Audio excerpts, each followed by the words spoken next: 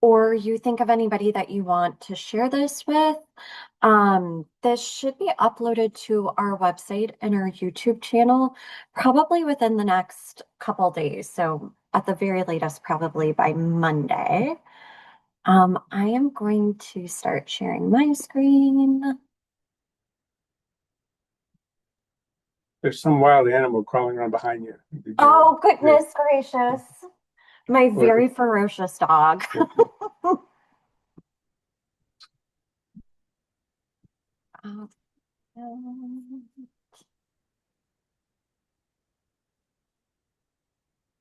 all right, everybody. As you are joining, you're going to notice that you're muted and you're off screen. So you can sit back and relax. The talk should take about an hour, and we also have time for questions, which leads me to my next reminder. The chat box is disabled, so if you have any questions, please drop those in the Q&A box. That's where we'll be taking questions from. And thank you for those that submitted questions ahead of time. Those have been passed along, and I'm pretty confident that Dr. Ostrow is going to be covering all of those really great questions. Oops. There we go. Before we get started, just want to send a thank you to the Gilbert and Jacqueline Fern Foundation and our industry sponsors. Without their support, our ALS learning series wouldn't be possible. If you are looking for information, in-depth info on symptoms or treatment care options, or maybe you're curious about past learning series that we've hosted, you can find all of that on our website at lesturners.org. We also have My ALS Decision Tool, which is an online interactive tool that walks people through certain decisions. We know that there's a lot of decisions that people living with ALS have to make. Currently, we have tools that break down kind of the benefits and maybe some considerations regarding participation in clinical research, genetic testing, non-invasive ventilation, and G-tube placement. Again, all of those are free, and you can find those on our website at lesturners.org. And lastly, we always want to give our partners at the National ALS Registry a plug here. So if you haven't joined the National ALS Registry, we highly, highly recommend it. You can learn more about the registry, fill out surveys. If you visit the website cdc.gov/ALS, this is a great way for researchers, doctors, clinicians to learn more about ALS, learn more about how many people in the United States have ALS, how many people are currently living, and then also connect researchers to some really great data. And now I am so pleased to introduce to you all Dr. Ostrow. He's a neurologist, ALS researcher, and director of the Neuromuscular Pathology Lab at the Lewis Katz School of Medicine at Temple University.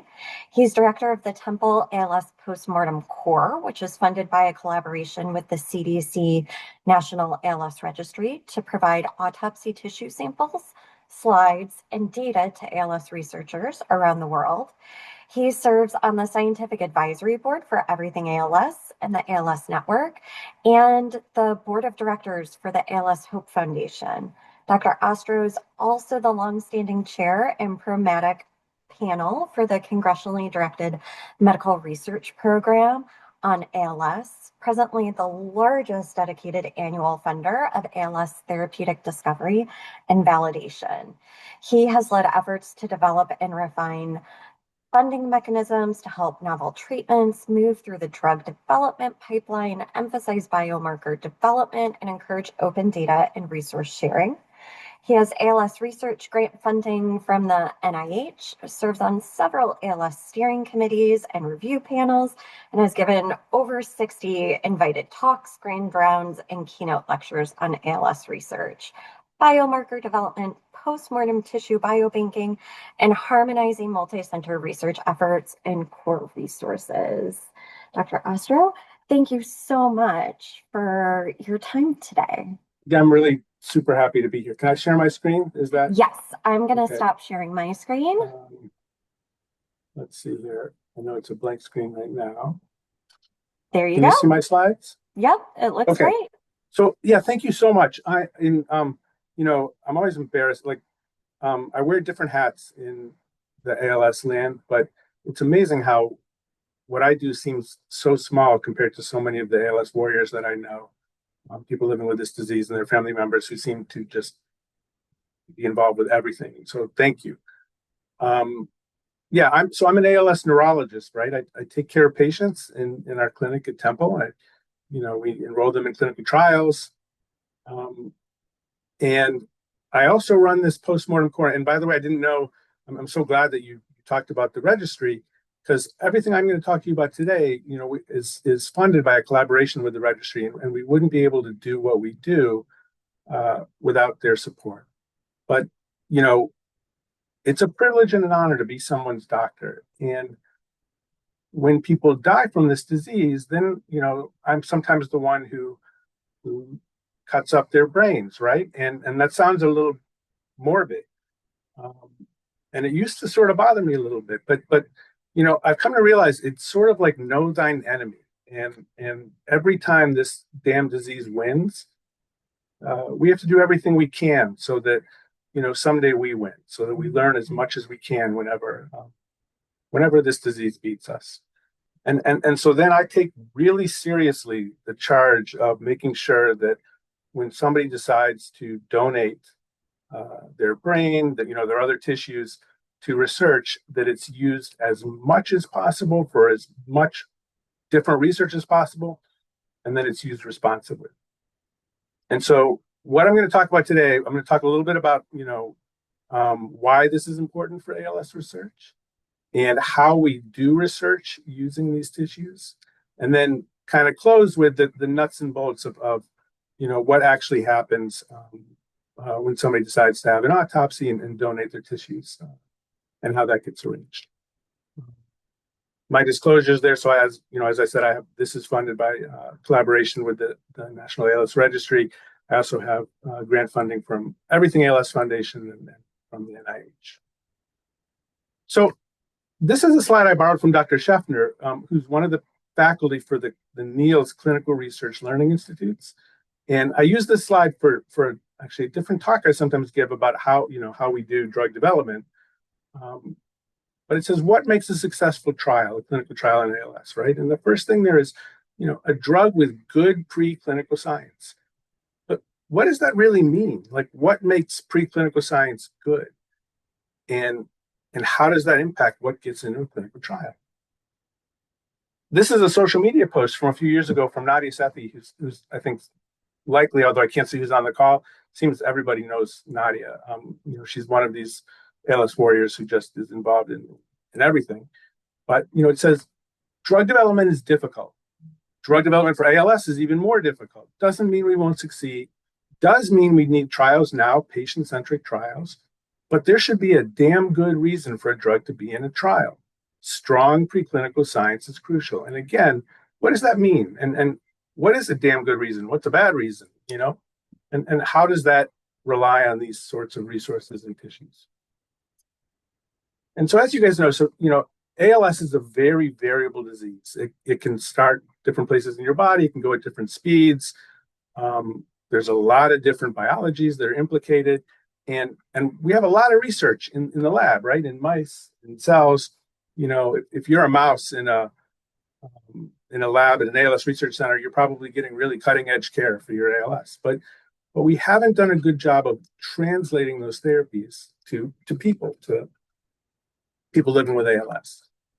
And so why is that? What's the problem, right? And these are some of the things that we talk about. So, if I have an animal model that is a specific flavor of ALS or has a particular gene mutation, is that actually a good model for what happens in people, right? So, are we testing the right treatments in the right people living with ALS and at the right times? are there, we know now that there's subsets of people with ALS that are different from each other, that ALS isn't just one disease. And so can we better define that and figure out who should get which drugs? And then this is a word that gets used a lot. We're going to talk about it, but can we do a better job of validating something that we do in a mouse or in cells or in another laboratory test with some sort of a laboratory tool that's really relevant to people living with the disease? And then this one too, just on the bottom here. So when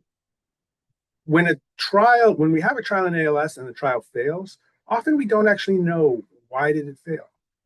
And what I mean by that is we don't know always, did we impact the biology we were trying to impact? Did the drug get where it needed to go, to the right cells?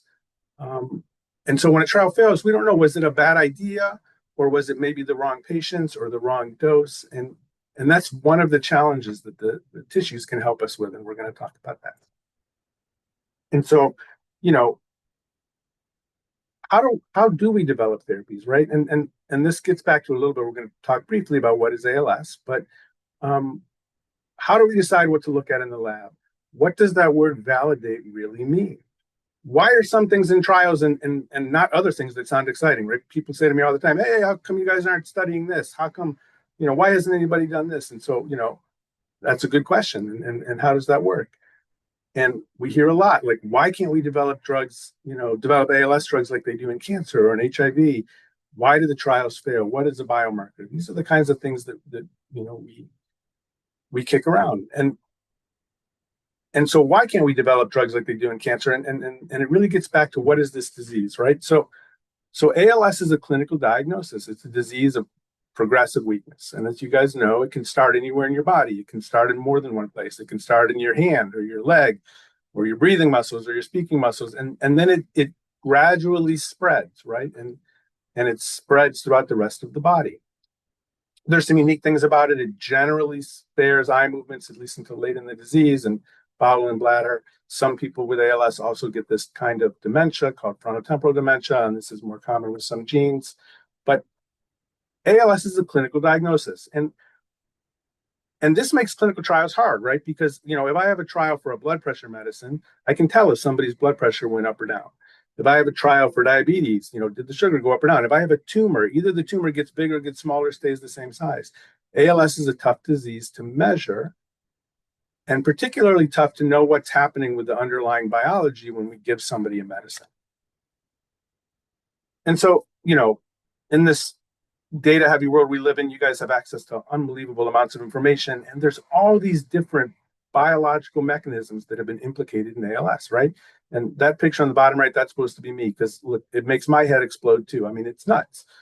And these are just some examples. But they're examples of very broad mechanisms that every cell in my body generally uses, right? Like, you guys remember mitochondria from, high school. It's the powerhouse of the cell, right? So how is it, we have all these different mechanisms. What does it mean that somebody's decided that they're important in ALS? And it's not just all the different mechanisms, it's different cells, right? The motor neuron is the cell that goes to the muscle and makes the muscle move. But we know that abnormalities in other cells in the brain, like astrocytes or oligodendroglea, different types of cells can affect the motor neurons in this disease. And a lot of this early lab research is done in, say, mice that might have a genetic mutation that causes ALS, right? But maybe that's only a genetic mutation that happens in some people with the disease. Or, as you know, we can take people's blood cells or their skin cells, and maybe some of you have done this, and we can reprogram those into what are called IPS cells, induced pluripotent stem cells, and then we can turn those into different types of cells and sort of do experiments in the dish. So with blood cells from people with different flavors of ALS or people who don't have any disease, we can look under a microscope at the nerve cells that we make from those and say what's different about them. And it's not just all the biological mechanisms. As you know, there's an increasing number of genes that we know can cause ALS. And so this is a figure that Dr. Harms gave me a long time ago. Dr. Harms is at Columbia, and he's also the MDA medical advisor. And so this x-axis here is years, right? And so the first ALS gene was discovered was SOD1, that's back here. And as time has gone on, we're finding more and more and more. And what these colors are is like as time has gone on, we've got these new fancy schmancy ways that we do genetic sequencing that are helping us to discover more. And the size of these circles tells us how frequent they are. So the most common gene is this C9orf gene, which was discovered in the around 2011, or published at least. SOD is actually the second most common. But it's exciting that we have all these genes, and it's exciting that we're starting to have gene therapies for some of them. But it's also a little bit hard to fathom how so many different genes and so many mechanisms can cause this very specific disease. And those genes that were on that last figure, they map to, they cause problems in a lot of those mechanisms that were listed, different types of biology within a motor neuron. And so different things that can go wrong in our cells. This is a figure, this is actually already way, way, way out of date, but just showing that, we then have trials targeting these different mechanisms. But what if certain mechanisms are more or less important in different people? What if some people living with ALS have a lot of problems with their mitochondria? Well, if I give them a drug over here, is that going to help them? And how do we know that? And how do we figure that out? And it all gets back to how we actually do science, right? How do we do this in the lab? And it's pretty straightforward, right? So you have a model, let's say a mouse, and you have your mouse with disease or without disease, or cells with disease, without disease. It's sort of like an apple and an orange, right?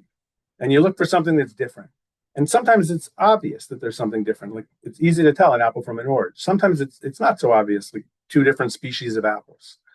But if I grind those apples up and make applesauce, and then if I analyze that applesauce, maybe one of them has more sugar, or different ingredients about it, or is more concentrated. And this is literally the way we do lab experiments, right? We have cells, and we might have cells from a disease and from a normal, and we compare them, and we might actually grind them up and analyze them and look for things that are different, and look for things that we can then change and say, if I change this, can I make the disease cell look like the normal cell? But here's the thing, right? So our brain, or our spinal cord, it's not applesauce, it's more like apple pie, because there's other types of cells there, right? There's other ingredients in the pie. There's different cells besides just the motor neurons. And as the disease progresses, maybe the ratio of those ingredients changes, because you lose motor neurons, and maybe you gain inflammatory cells. And so if I grind up a piece of pie, like a piece of brain tissue, and analyze it, is that really a good representation for what's happening in the neurons? If I'm looking at tissue after somebody passes away, like after an autopsy, so imagine this tree has something wrong with it, and the tree is sick, and the apples are falling off the tree, right? If I want to figure out what's making the tree sick, if I look at the apples that are left on the tree at the end, well, maybe those are the ones that somehow were protected. Maybe those are the ones that didn't die because there's something good about them, right? So maybe those neurons are still are ones that we like, not ones that we should be, looking for something bad in. Maybe we need to look at the ones on the ground. So these are literally the kind of things we think about. When you donate blood, or you donate spinal fluid to different sorts of repositories, spinal fluid is sort of like this ice cream that's melting onto this plate and going by the apple pie and picking up some stuff on the way. So is what we measure in it important? Does it help us figure out the disease? So this is just an example. This is a particular type of mouse. It's with a one genetic mutation that causes ALS. It's an SOD mouse, right? This is the first and most well-used mouse that we have. All these mice in this picture are litter mates from the same mom, even though some of them look different from each other. And the ones on this side were given a placebo, just saline. The ones on this side were given a drug. And it doesn't really matter what the drug is. But when I play the video, I think you can appreciate that the guys on this side are moving around better than the ones on this side, right? In general. But not entirely, because like there's one dude over here who's moving around better. And maybe there's one over here who's not moving around quite as much. And they're different sizes and different colors. And so, even in a genetic mouse model and litter mates, there's a lot of variability. And so we have to use these mice the right way, and we have to have proper statistics. And is this drug that seems to be helping most of those mice on the right, is that something that would actually work in a person, and which people? And so the analogy I often use for this, so this is our house. I live out in the country in an old stone house that was abandoned for many years. It's the only reason we could afford it, and completely broken down when we bought it many years ago. And after we fixed it up, and after we moved in, we had I live in northern Maryland. We had a really big winter, and we learned that this house is incredibly drafty and just freezing cold. And like no house. I mean, if wind blew outside, wind blew inside. And so if you were doing an experiment in a lab and you didn't know what made a house drafty, right? And you were comparing my house to, say, my neighbor's house and saying, what's different, like the apples and the orange, the first thing you might notice is that there's a lot more ash in our fireplaces, right? Because we were burning a ton of fires that first year. And if you saw that and if you said, oh, ash in the fireplace, maybe that's the problem. I should take the ash away and the house will warm up. Obviously, that's not going to help, right? And it's important to realize a lot of the things that we look at in neurodegenerative diseases are junk that accumulates where it doesn't belong. And so this picture here, this is showing a nerve cell, and this is the nucleus of the nerve cell, and this is TDP43, a protein that you might hear about in ALS a lot. Most kinds of ALS, this protein, which is normally in the nucleus, goes out into the cytoplasm and gets stuck there and forms these clumps, right? And so when we see this kind of thing, we have to ask, is that ash in the fireplace, or is it causing the problem? Is it a marker of the problem? In the case of TDP43, we now know that it's actually kind of a combination. It does bad things out in the cytoplasm. It also is needed for some stuff in the nucleus that it's not doing. But when we make these comparisons, these are the kinds of things we think about. So our house, we have oil heat. We have an oil tank outside. And this is from the first winter when we ran out of oil. This is a plunger that's supposed to show oil. That's the plunger that's saying that our tank is empty and we were freezing in the middle of the night. And I took this picture and texted it to our oil company and said, we need oil. And, again, if you compared my house to the neighbor and said, we're burning more oil, oh, that's the problem. You should burn less oil. Then your house will be warmer. No, right? We're burning more oil as a response to being cold. This is our furnace. Our furnace breaks down all the time. I've been told it's a good furnace. It just works a lot harder than my neighbor's furnace. So there's nothing wrong with the furnace itself, but because it's working harder, it has more trouble. And I'll just point out that this oil and furnace isn't that different than, kind of the energy transport or different sorts of stresses that maybe cells might feel that have been implicated in ALS. What's the prime cause in my house? The genetic mutation is that it's a house made of stone, and it's got these very thin single pane windows that we can't do anything about because they're embedded into this stone. So this is the genetic mutation, right? And it's hard to do gene therapy. And so this is why my house is drafty. But we're getting better at gene therapy, by the way, finally. And so what's the point of the analogy, right? The point is that we have ALS as a clinical diagnosis. There's likely many causes. In most people, the disease results from multiple interrelated factors. And that's why there's many efforts right now focused on identifying different patient subsets with clinical data and blood data and imaging data and CSF to try to figure out, are there different people with different things wrong? Ideally, we'd like to address the underlying thing that's causing ALS in a given person, like a specific gene mutation. You don't necessarily have to do that, though. I'll show you in a moment. And we still don't understand how all these different mechanisms and different flavors of ALS can cause this very specific disease. This is my father-in-law. He's passed away, but they used to come visit us every winter. And because our house was drafty, they would turn the heat up to like 85, and we would spend $200 in heating oil every day, and it was crazy. And we'd follow him around turning it down. This was Christmas one year, and we bought him these footy pajamas, right, to keep him warm. And so this did not fix my windows, the genetic mutation, but this made him feel warm. And so this was a good treatment. It didn't have to fix the proximal problem, but it also, by the way, some treatments have side effects. And the side effect of this one was that it made him look hilarious, which we all loved.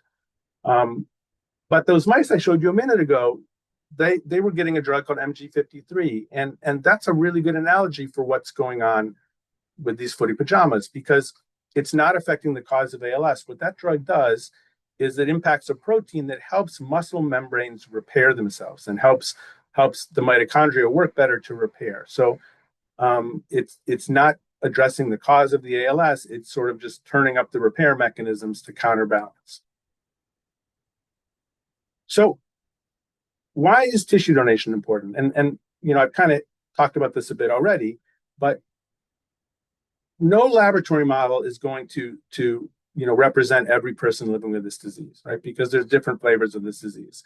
And we do need to validate the things that we find in lab models, in patient-derived tools, in things like tissues from people who've passed away from this disease, and muscle. And by the way, muscle can be, after someone passes away, we can also do muscle biopsies during life. and analyze them that way from, the cells that I talked about, from biofluids. And we need to think about in all these cases, are we looking at apple pie? Are we looking at the apples that are left on the tree? These are important considerations. And because of that, we also need rigorous standardized data to go with the tissues, okay? We need to know if I'm looking at somebody's brain tissue that's the part of their brain that controls their right arm, well, was their right arm weak? Was it spastic? Did it have atrophy, right? Was the disease fast in one part of their body? Did this person have slow disease or fast disease or upper motor neuron disease or lower motor neuron disease, right? We need to have this very rigorous, very standardized data to compare to the findings in the tissues. And in this world we live in, there's still a very big unmet need for these kinds of high quality, not just the biosamples themselves, but the samples matched to the kind of data that we need to figure this stuff out. So several years ago, the VA Brain Bank hosted this meeting about how can we improve ALS brain banking and all work together. And I just, I was one of the people that was part of this group, and I just cobbled together this slide from some stuff that was talked about over and over at this meeting. So, what do we need to do this better? And first of all, there's a big need, but one of the things that came out was we'd love it if we could correlate like blood findings during life with what we see in the tissues after someone passes away, because then we can maybe find signatures in the blood, and we don't have to, when I see somebody in clinic and I want to figure out what kind of ALS they had, I can't take their brain out and look at it under a microscope, but I can take their blood. And so having matched samples is really important. And having the right kinds of controls to compare to and understanding what that is, and so this was the sort of stuff that we talked about at this meeting. And kind of the conclusion of this meeting was not really this, but sort of that, we really need to be doing a better job getting this information. And so encouraging as many people as we can to be involved in these efforts, finding ways to it's not just about, like, collaborating sounds nice, but you have to realize you have to use the same language. In order to compare samples or data, people have to be using the same dictionary for the data, right? What does, mild, moderate, severe mean under a microscope for something at one place versus another place? What does a certain degree of arm weakness mean? You need to have very standardized data. And you need to share it openly. And that's hard to do just because of regulatory concerns and all those kinds of things. And so it all has to be broad and standardized. And very importantly, especially more so today, even than when we had this meeting, is that for those of you who are involved in some of these unbelievable longitudinal data collection efforts, like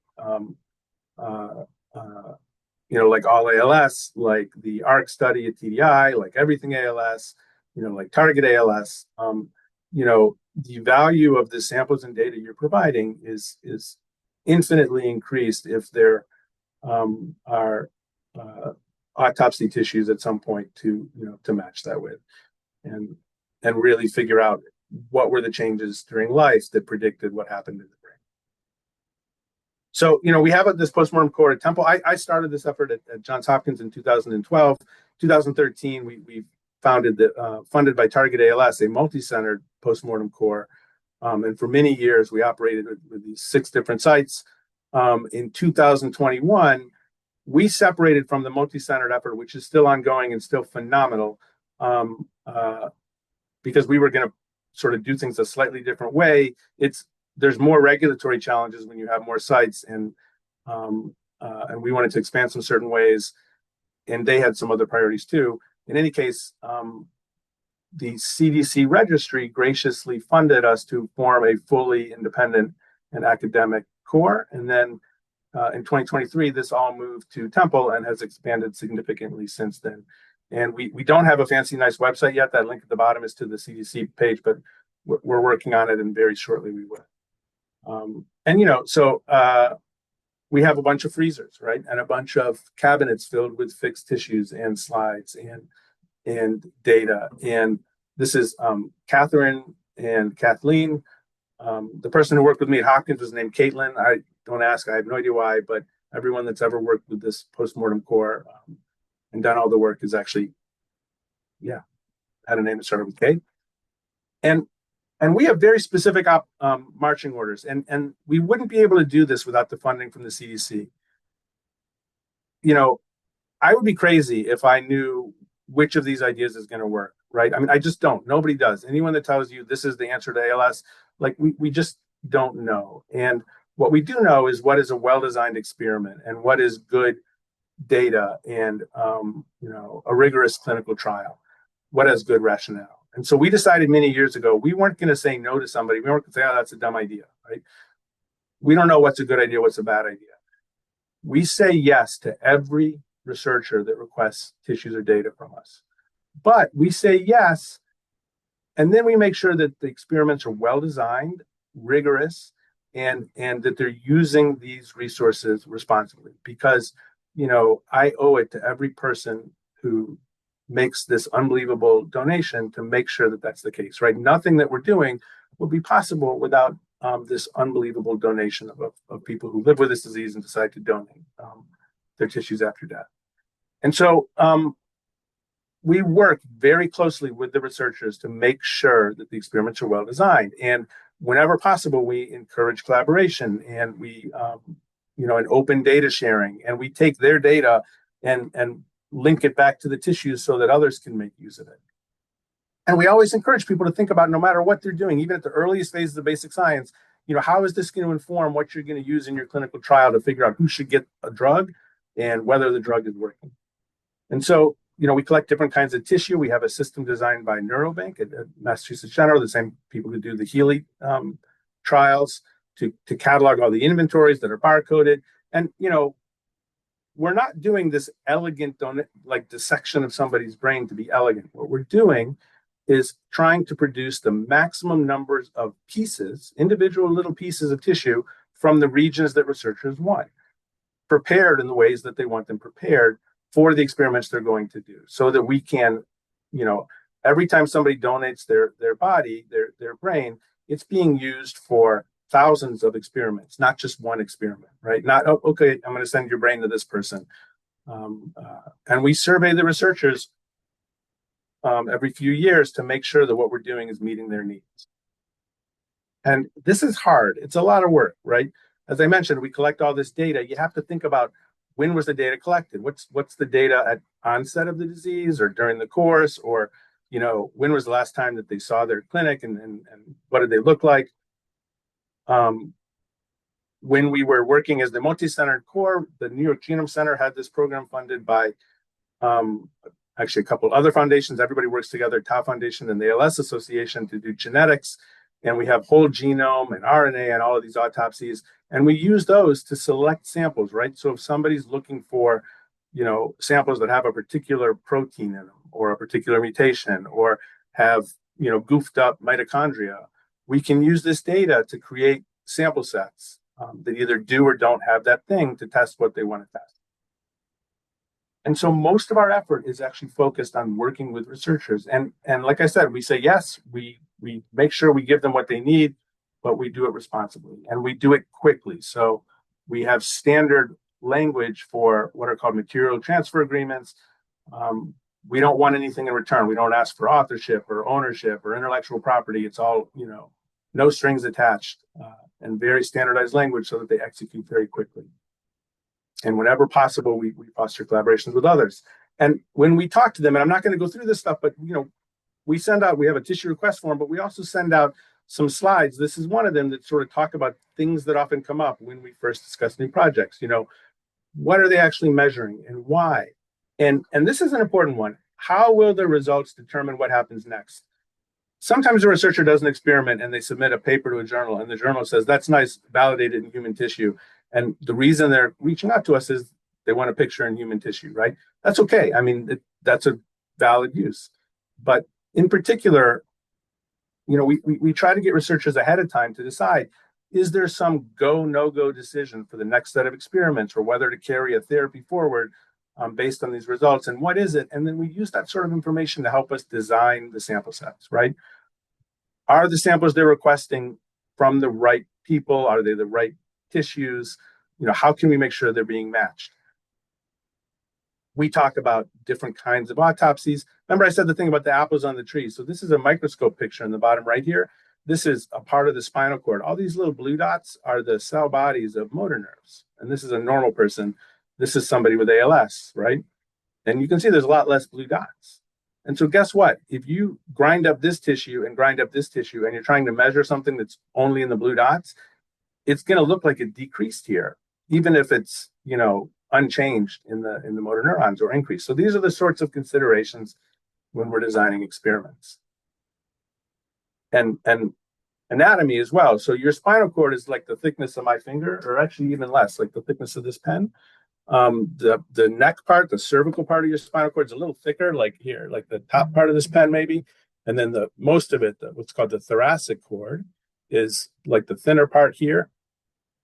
And everything in your body is in this little thin tube of tissue. And, different experiments, depending on what they're looking at, might work better in a different part of the cord. Different parts of the cord have different amounts of different cells. And you can imagine if you cut a section and you happen to cut it on a little bit of an angle and grind it up, you're going to get different answers. So we're very careful about all this neurotic stuff. And we've learned this over many years of doing this.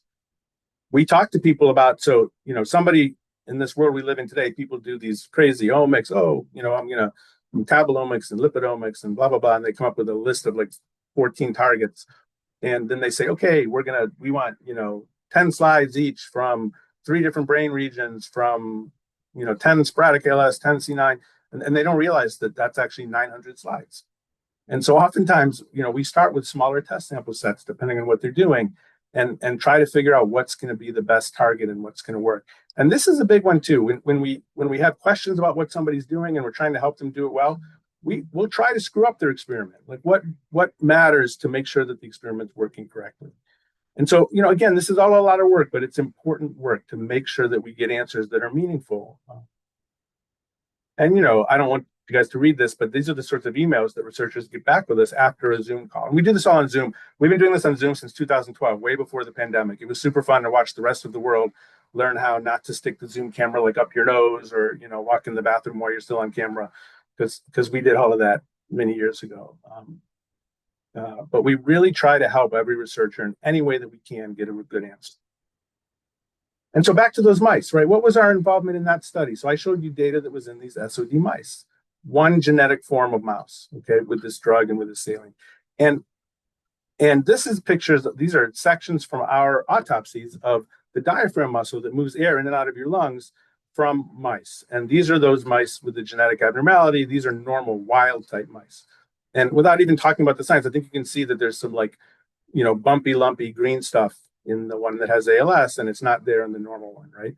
And so these ones here are sections of muscle that are cut like longitudinally, like when you cut a steak, the way that, if you cut it on end, it looks like this, and that's what these are.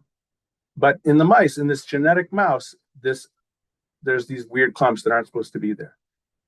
And so then we took tissues from people who had died from ALS, also the diaphragm muscle. And so these are normal people. These are people with sporadic ALS, SALS, that don't have a genetic mutation. Here's people with a different genetic mutation, C9, and we saw the same changes, right? And so this is how we knew, number one, these changes that we saw in these mice actually happen in people and maybe are important. And number two, it's not just in the people that have this SOD mutation, but in other flavors of ALS. So this is the way that we use these kinds of tissues. This is another example. So some of you may have heard this story of what are called endogenous retroviruses. And so there's this thing called HERV-K, endogenous retrovirus, human endogenous retrovirus K. These are not viruses in the sense that you're infected with them. They're things that infected your ancestors millions of years ago, and they're anthropologic remnants. So they just left bits and junk DNA, in our genome, left over from these infections. And the interesting thing about them is that they're called retroviruses, like HIV. They work sort of like HIV. They're RNA that then gets made. Anyway, I won't go into the biology right now. But the interesting thing is that we found that by looking at the brain tissues, by looking at autopsy tissues, that we could find that some people have activation of these anthropologic remnants from millions of years ago when they have ALS. Not all people, but some do. And then Dr. Nath took a protein from this virus, or the capsule protein, and put that into mice, and the mice developed something that looks like ALS. And, I think I can show you here. So, you can see that the one mouse isn't really moving his feet. So the way the other one is, and actually develops a motor neuron disease that looks like ALS. And so when we published this paper, and this was all done with the autopsy tissues, a bunch of companies reached out to us because they have drugs for HIV, which affect these kinds of retroviruses. And even though this isn't an infection, they're like, hey, maybe we could use these as ALS drugs. And all of them requested very large sample sets from us to duplicate what Dr. Nath had done.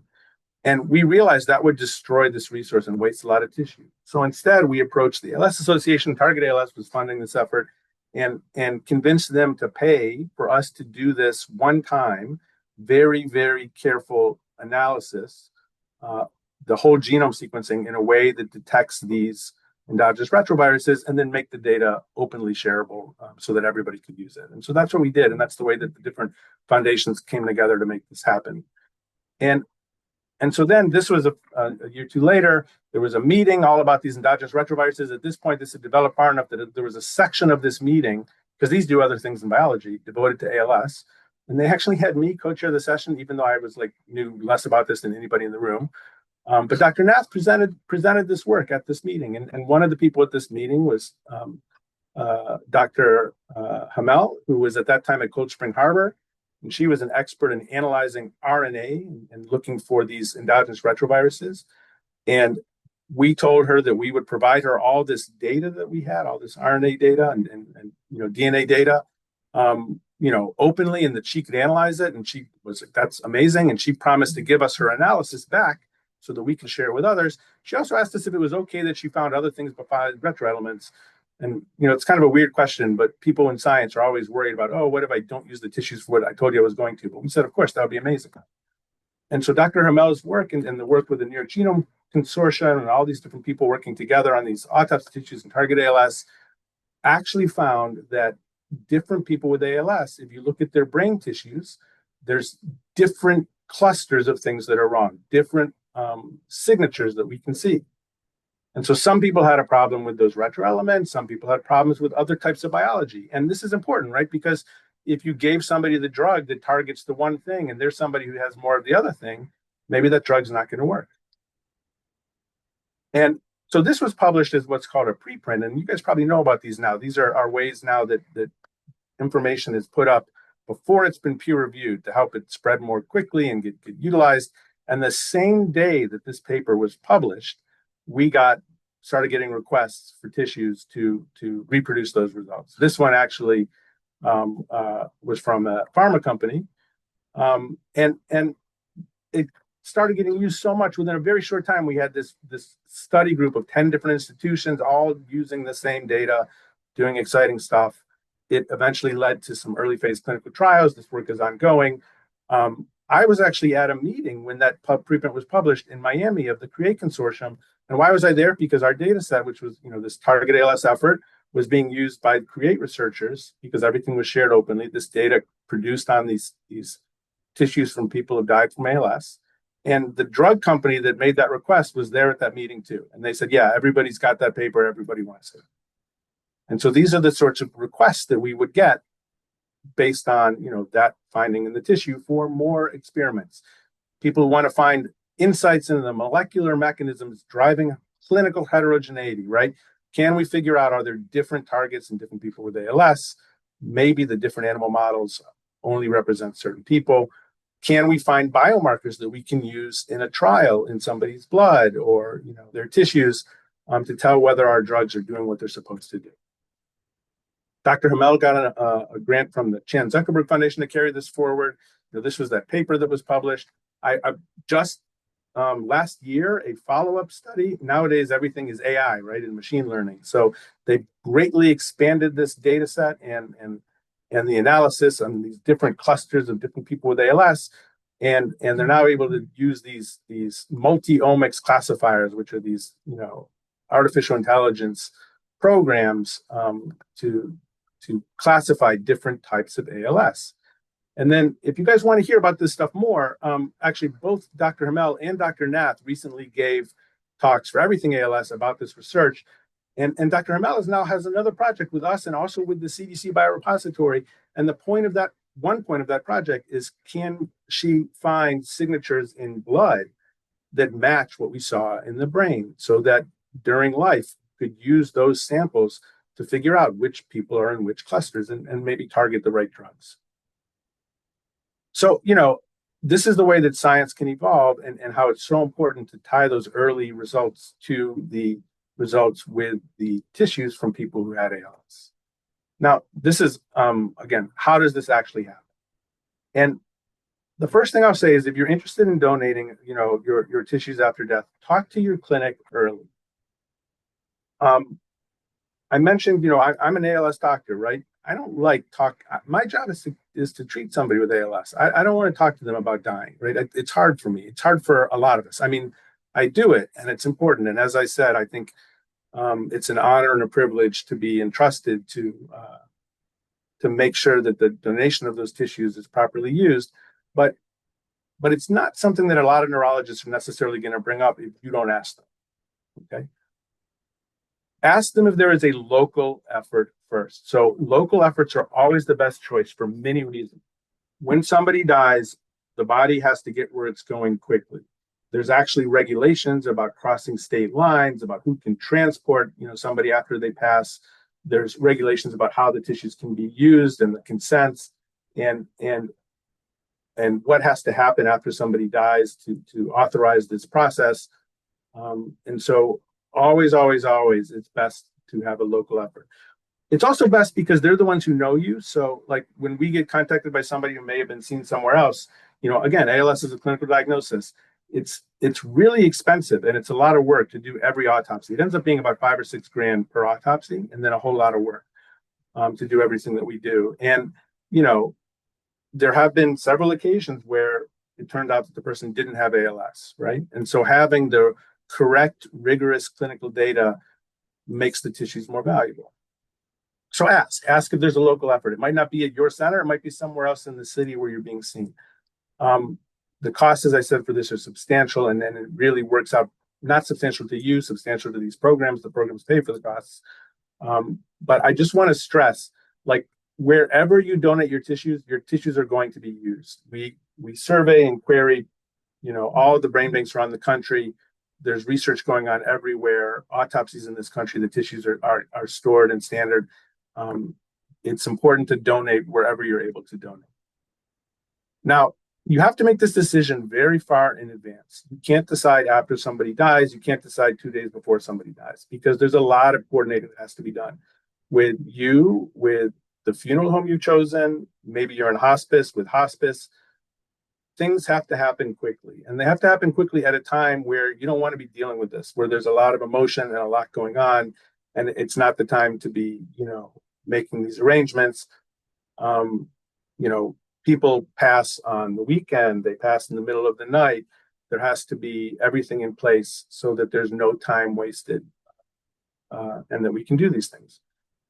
In this country, so autopsies, which is the way after you die that they dissect, whether it's any part of your body, and then a pathologist looks under a microscope and figures out what's going on. An autopsy consent actually must be signed by the next of kin after somebody dies.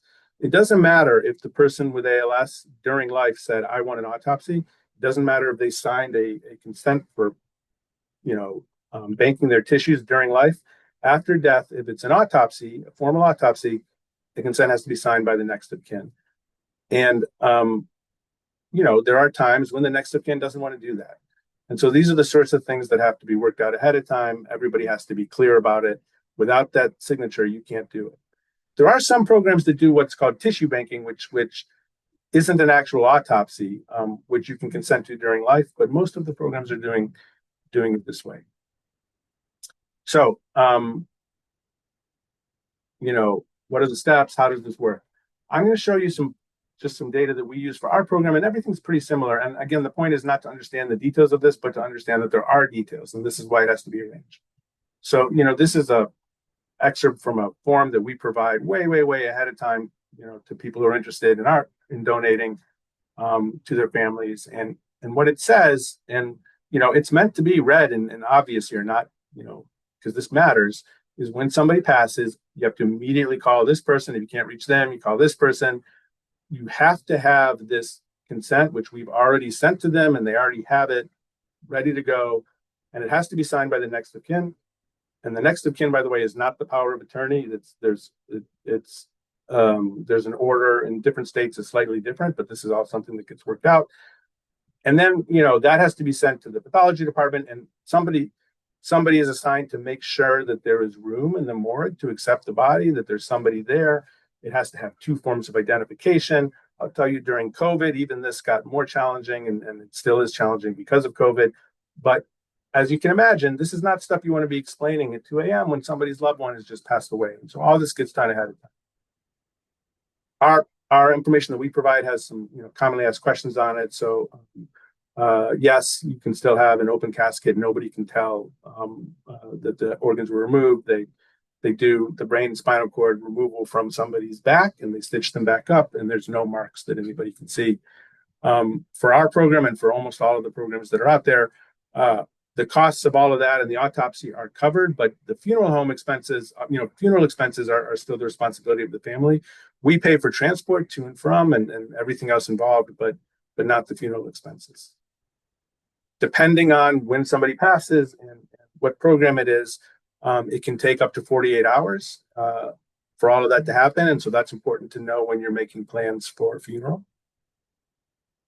We provide separate instructions to the funeral home, also way ahead of time, which similarly says, we have to do this quick. We have it, either you're transporting or we have our transport service. We make sure that if it's going across the state line, that's all arranged. We tell them where they have to fax things to, and in particular that we need this next of kin and the ID. And it sounds like I'm harping on weird details, but I can't tell you the number of times that we've gotten a body of somebody who died from ALS, and they don't have two forms of ID. They only have one form of ID, and we can't reach somebody, or we can't get the ID, and it delays doing an autopsy by 12 hours or something like that. And those hours matter. And so really having this streamlined matters. And I'm not asking you guys to remember these details, but this is why you need to ask your clinic early if you're thinking about this, and talk to whomever it is that's running that effort and get everything, squared away. Because we don't want you to have to worry about anything. We want to take care of all of it, and it needs to be done ahead of time. So there's things in most states in this country called there's state anatomy boards or anatomy gift registries. These are set up for people who want to donate their bodies to science or to education or research. And most of the programs that are doing ALS autopsies have arrangements with them, meaning if it's an ALS, if it's one of our patients, they will transport the patient to us. We take the tissues that we need, and then they take the body from there. And actually, often it's an easier way to handle it, because when you do that, the anatomy board becomes the next of kin and handles all that shenanigans I just mentioned at the time of death, and you don't have to worry about it. For people who maybe are financially challenged, the state anatomy boards also pay cremation costs and all the rest of that, so you don't have to pay those sorts of fees. There's something called Anatomy Gifts Registry in several states that does this. This is their link. Most states have a anatomy board, anatomy gifts registry. There's not a government directory of them, but Florida has maintained one, and so here's a link for that as well. Now, as far as the ALF specific program, so this is from the website of the Department of Defense, Department of War now, Congressionally Directed Medical Research Program that I chair. This is this granting program to fund ALS research. And on the website here, we have this thing that says ALS Initiatives, Research Resources. This is for researchers. One of the pages in this thing is a list of the postmortem efforts, the ALS efforts, multi-centered, single-centered. And this is very soon going to be massively updated because there's a lot more now, but it's a good resource if you're curious. And nowadays, you can also just ask ChatGPT, right? Or your favorite, AI. You can ask the Everything ALS AI chatbot. You can ask, anything you want, and find these efforts as well. Now, we have a plan that we have mapped out to do remote autopsy and data collection anywhere, and have centralized analysis and curation. This is something we've been working on for many years. It was put on hold by the pandemic. And since then, it's been challenging for several reasons, largely because, again, there are costs involved and there are a bunch of different regulations and governmental things that have been a moving target.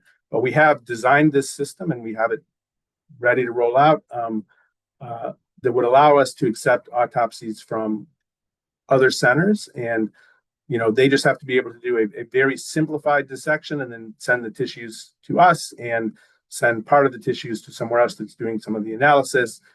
And then we can reimburse those centers per autopsy. And I think we're finally going to be able to roll this out later this year. We're discussing this right now with some potential funders, and we have the roadmap.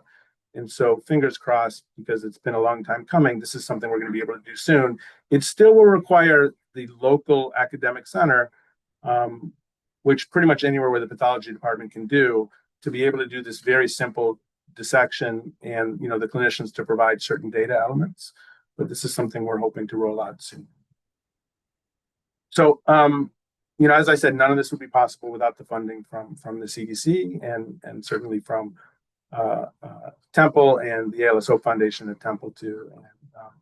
And Kathleen and Catherine are the people who do all the work. I just talk about the work, but really, they've been with me now for 10 years doing this and couldn't do it without them. And a big, big thank you to, over the years, many different academic institutions and consortia and nonprofits and Target ALS and ALS Association and a lot of other foundations have been involved in funding different parts of this effort as it's evolved. It's really been a community thing, and certainly none of it would be possible without people living with this disease who decide to donate their tissues. So thank you guys, and I'm happy to answer any questions.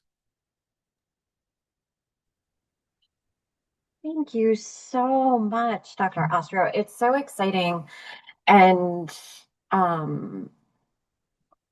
reassuring. All of the collaboration that you and other researchers are showing with the sharing of information, sharing of samples, like it's great to see. You hear about this team or army of researchers coming together, but this actually puts that picture. Yeah. Let me just say, we get new requests for samples almost every week, right? And new projects, and they're all over the world. And it is so invigorating to see all the amazing science that's going on. It's a lot, but it literally is every week somebody reaches out to us with some new idea and they're looking for this sort of resource. So we really need it. One question that came in, you had mentioned how it's valuable if samples are matched, meaning a donation of brain and blood samples. Yeah. Can you talk a little bit more about that? And if Sure. somebody provides maybe a blood sample that's de-identified. Exactly, right. How does that work out? Yeah, so there's a big push in ALS research, right, for us to be using the same de-identified IDs, right? And so there's these things called GUIDs, and there's a couple different ones. So GUID stands for Global Unique Identifier. And what happens is they take certain pieces of information from you, and those pieces of information go into a computer, and it generates this string of letters and numbers that is de-identified. And you can't reverse engineer it. You can't take that string and back generate the identifiable data. But if somebody at another effort enters that same information in, they'll get the same string of letters and numbers. And so what it lets us do is we can, if somebody's in, the TDI, our study at TDI, or they're in, ALS, or they're in, or some other, or a clinical trial, it lets us match the samples to then after they die or to be in other studies. Now, it still doesn't quite work as well as it's supposed to, and we're working on that. And all we can do is the best we can do. But for example, we've been able to identify people who were in the CDC registry who filled out registry surveys, lots and lots of registry surveys, lots of data, right? And also in some cases donated blood to the registry, who we happen to have their autopsies. And we figured that out after the fact by matching these de-identified IDs. And so that means that now researchers could use that data linked to those samples. So that's how that works.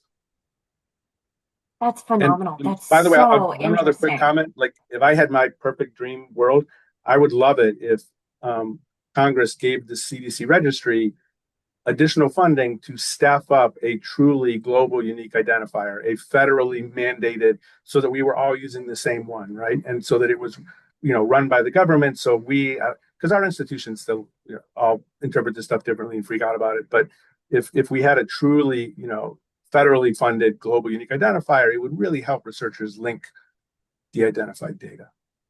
Oh, that's incredible. I don't think somebody has a question about states in which medical aid in dying is legal, Yep. and if that would impact research acceptance. And it, based off So of it does not. it Yeah. doesn't In sound fact, like it. Again, what you have to do is make the arrangements. Yeah. So one of the things about MAID, okay, I don't know, this isn't real data, so don't listen to me about this, but it really seems like many people living with this disease tend to die on Friday night before a weekend, or I don't know why that is. But, one of the things about MAID is that if you're considering that sort of thing, you have a little bit of control. And so if you're coordinating with an autopsy program, you should really coordinate with the autopsy program. People who are in hospital and that kind of thing. But no, it doesn't preclude donation. You just have to make those arrangements. Yeah. And then once samples are collected, how long can they be used for research? Yeah, so it depends on what they're being used for and what kind of samples. So I didn't go into the nuts and bolts of this, but we freeze some samples, we fix some samples. Fix means putting them in something called formalin, which is like paraformaldehyde, and then they get embedded in wax, and deep frozen tissues and fixed samples can last for decades and decades. In fact, one of the amazing things that was enabled by us moving to Temple is that the CDC gave us some funds to ingest this massive collection of autopsy tissues and blood and clinical data collected in the 1940s through the 1990s on the island of Guam, right? So Guam had this massive, the largest cluster epidemic of ALS, Parkinson's disease, dementia known to man, and the NIH had a center on Guam to study it and collected these samples over many, many years. And we now have all of those as part of our core at Temple, and we make them available to researchers. And it's sort of like a Rosetta Stone of neurodegenerative disease, because those people got all those diseases. But those samples are decades, years old. So it depends on what you're using them for. And we have what are called quality control measures for different types of data. If you want to know if the RNA or the DNA or the protein is still stable, there's ways that you can tell. But certainly modern autopsy tissues, it's still decades that we're able to use them for. Right. And then one of the last questions we have here is somebody just had a question about a muscle biopsy. Yeah. And it sounds like maybe that was done as part of their diagnosis. Was that just, in your opinion, yes. And again, great awesome question to send love it. back to your ALS care team, but was that possibly... Well, so I do muscle biopsies. Am I breaking up? It says my connection's unstable. Can you hear me? You sound good. Okay. So and I do neurobiopsies, and muscle is an underused and becoming more popular thing to test during life, not for diagnosis as much as for seeing things in the disease, right? And for tracking disease, and even some clinical trials that are doing, pre and post treatment muscle biopsies. And, I can take out a muscle biopsy during life and people don't miss it. Like, it doesn't, it's a tiny little piece of tissue. It doesn't make you weaker. It doesn't make your muscle work different, look different. Muscle has nerve endings in it, motor nerve endings, because they're going to the muscle. And we've learned from comparing muscles collected after death and brain tissue after death, spinal cord tissue after death, that there's certain things that we can see in the muscle that are also in the brain and the spinal cord. And so, first of all, muscle biopsy in its own right is a great source for research on this disease, but it's also a really good thing that we can compare after death versus during disease and find these sorts of biomarkers for trials. Awesome.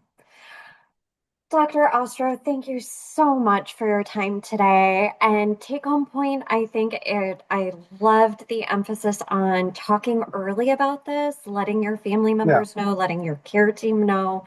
You're absolutely right. The calls that can happen on a Friday of a long weekend, it's always great to have that kind of planned out first, just to make the process One easier real for, important thing I didn't say, yeah. my email is on the first slide that I gave you guys, so it's on the video too.